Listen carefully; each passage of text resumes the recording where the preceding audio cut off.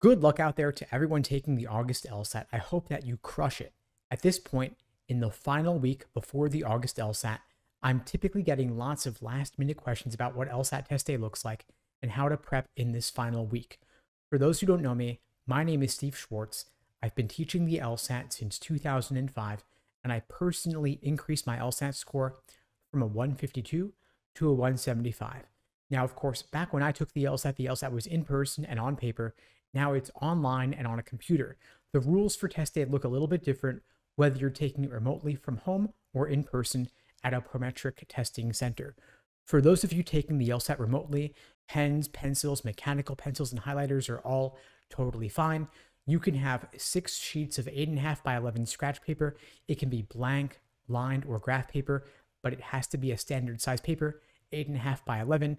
There used to be a loophole where you could use legal size paper, but LSAC has since closed that loophole. You can have any kind of drink you want, but it must be in a clear container, and you can use soft foam generic earplugs to block out any noise. If you're taking the LSAT in person, of course, the rules are a little bit different. They will supply you with noise-canceling headphones to block out sound from other test takers and the proctor. They'll give you pencils and scratch paper. You don't need to bring your own. If you want a drink, it has to be water in a clear container, and you'll be taking the LSAT on their device, which is going to be a desktop computer.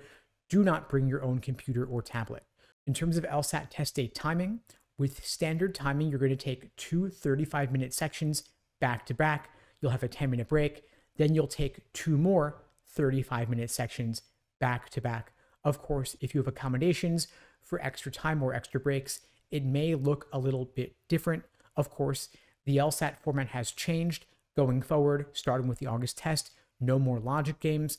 LSAC has replaced the logic game section with a second scored logical reasoning section.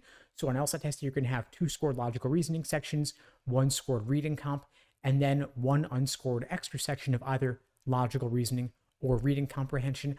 I recommend that you do at least 5 practice tests before test day, so that test day itself will be like just another run through. If you've done at least 5, you're probably in a pretty good place. Consider doing 1 more practice test this week before the big day. So for example, if you're taking the LSAT on Friday, take Thursday off to rest and relax, take a hot bath, get a massage, go for a watch Netflix, whatever relaxation is for you.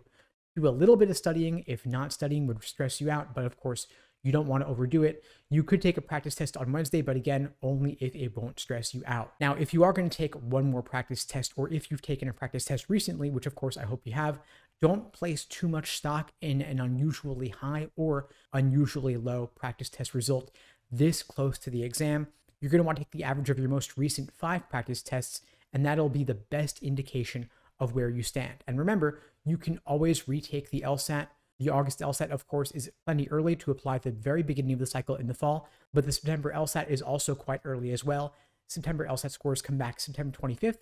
You could do October or November. Taking those LSATs would be considered early as well. And of course, law schools will not penalize you for taking the LSAT multiple times. They only count the highest score on record. They do not average multiple LSAT scores. They don't care whether you took the LSAT with logic games or without logic games. They just want to see that highest score on record out of 180. And if you'd like my help on your journey to scoring a 170 or above on LSAT test day, you could check out the links below to find out more and to book a call with me and my team. We'd be glad to help you out. And in the meantime, I'll wish you all the best and take care.